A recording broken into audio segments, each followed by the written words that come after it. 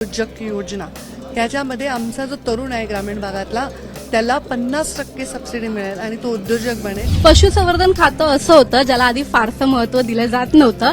पंकजाताई आल्यानंतर ते खातं अपग्रेड झालं असं वाटतंय का? ते मला असं वाटत नाही. मला असं वाटतं की पशुसंवर्धनाचं महत्व नेहमीच होतं, पण त्याला नेहमी आपण ग्रामीण भागाशी जोडलं, त्यांना शेतकऱ्यांशी जोडलं. नक्कीच ते शेतकऱ्यांचा मूळ आहे, ग्रामीण भागाचा मूळ आहे. सुनेत्रा पवार जेव्हापासून पालकमंत्री झाल्यात बीडमध्ये काय बदल झालेत?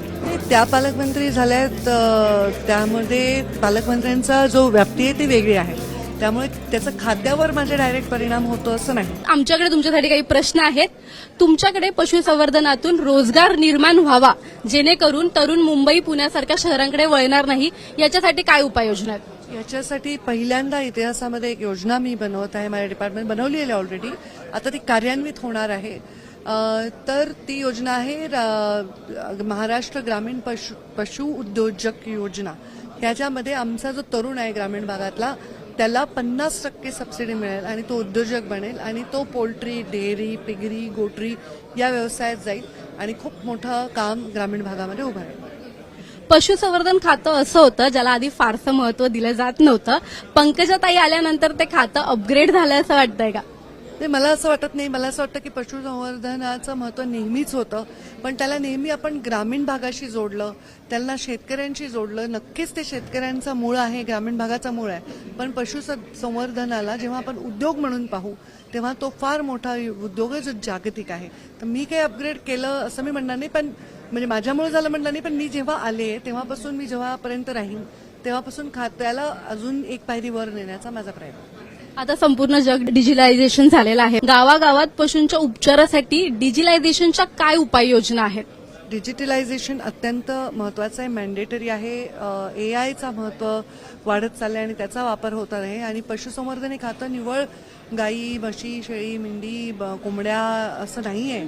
याच्यामध्ये खूप सायन्स आहे, याच्यामध्ये खूप ब्रीडिंग आम्ही करतो, क्रॉस ब्रीडिंग करतो. जे आमचे जुने आपले ब्रीड आहेत त्यांचं संवर्धन करायचा प्रयत्न करतो. त्यामुळे याच्यामध्ये खूप जेनेटिक्स येतं, खूप सायन्स येतं. याच्यामध्ये वॅक्सिनेशन असतं, वेगवेगळ्या इलाजांवर संशोधन होत असतं. तर त्यामुळे खूप टेक्नॉलॉजीचा वापर याच्यामध्ये आवश्यक आहे. डिजिटलायझेशन असणारच आहे, सुरू पण आहे. या मंत्रिपदावर तुम्ही जेव्हा पहिल्यांदा आलात त्यानंतर तुमच्या मनात पहिला असा कोणता बदल तुम्हाला करायचा होता, तो तुम्ही केलायत का, किंवा तो कोणता बदल आहे? मी नेहमीच रोज एक बदल शोधत असते, माझ्या चांगला बदल म्हणजे जो आपण करायला पाहिजे. तर यामुळे या खात्याला माझी इच्छा आहे की जिथे आपण देशामध्ये आहोत, अंड्यामध्ये, दुधामध्ये, त्याच्यापेक्षा एक नंबर पुढे जायला पाहिजे. माझं असं स्वप्न आहे की महाराष्ट्रातला ग्रामीण उद्योजक झाला पाहिजे प्रत्येक तरुण, आणि आपला ब्रँड तयार झाला पाहिजे एग्जमध्ये, असं माझी इच्छा आहे. ओके. सुनेत्रा पवारांनी जेव्हापासून पालकमंत्रीपद स्वीकारलंय तेव्हापासून तुमच्या खात्याला किती इम्पॉर्टन्स भेटलेला आहे, किंवा सुनेत्रा पवार जेव्हापासून पालकमंत्री झाल्यात बीडमध्ये काय बदल झालेत? त्या पालकमंत्री झाल्यात, त्यामध्ये पालकमंत्र्यांचा जो व्याप्ती आहे ती वेगळी आहे, त्यामुळे त्याचा खात्यावर माझा डायरेक्ट परिणाम होतो असं नाही, पण नक्कीच त्यांच्या येण्याने बीड जिल्ह्यामध्ये चांगलं अजून काम पशु विकासामध्ये करता येईल याचा मला संपूर्ण विश्वास आहे. बीडमध्ये सर्वात मोठा बदल कोणता होईल पंकजाताईंच्या येण्यामुळे? मी ऑलरेडी बीडचं नेतृत्व करते आहे आणि मी पालकमंत्री होते बीडमध्ये. जेव्हा मी पालकमंत्री होते तेव्हा रेल्वे आली, हायवेज आले, रस्ते झाले, महिलांना उद्योग आम्ही खूप मोठ्या प्रमाणात दिला. आणि आता परत मी पालकमंत्री आहे, तर माझं जे फोकस असेल तो युवा आहे आणि युवा महिला पण आहे. धन्यवाद पंकजाताई, धन्यवाद. पशु उद्योजक योजना त्याच्यामध्ये आमचा जो तरुण आहे ग्रामीण भागातला त्याला 50% सबसिडी मिळेल आणि तो उद्योजक बनेल. पशुसंवर्धन खातं असं होतं ज्याला आधी फारसं महत्व दिलं जात नव्हतं. पंकजाताई आल्यानंतर ते खातं अपग्रेड झालं असं वाटतंय का? ते मला असं वाटत नाही. मला असं वाटतं की पशुसंवर्धनाचं महत्व नेहमीच होतं, पण त्याला नेहमी आपण ग्रामीण भागाशी जोडलं, त्यांना शेतकऱ्यांशी जोडलं. नक्कीच ते शेतकऱ्यांचा मूळ आहे, ग्रामीण भागाचा मूळ आहे. सुनेत्रा पवार जेव्हापासून पालकमंत्री झाल्यात बीडमध्ये काय बदल झालेत? त्या पालकमंत्री झाल्यात, त्यामध्ये पालकमंत्र्यांचा जो व्याप्ती आहे ती वेगळी आहे, त्यामुळे त्याचा खाद्यावर माझा डायरेक्ट परिणाम होतो असं नाही. आमच्याकडे तुमच्यासाठी काही प्रश्न आहेत. तुमच्याकडे पशुसंवर्धनातून रोजगार निर्माण व्हावा जेणेकरून तरुण मुंबई पुण्यासारख्या शहरांकडे वळणार नाही, याच्यासाठी काय उपाययोजना आहेत? याच्यासाठी पहिल्यांदा इतिहासामध्ये एक योजना मी बनवत आहे. माझ्या डिपार्टमेंट बनवली आहे ऑलरेडी, आता ती कार्यान्वित होणार आहे. तर ती योजना आहे महाराष्ट्र ग्रामीण पशु उद्योजक योजना.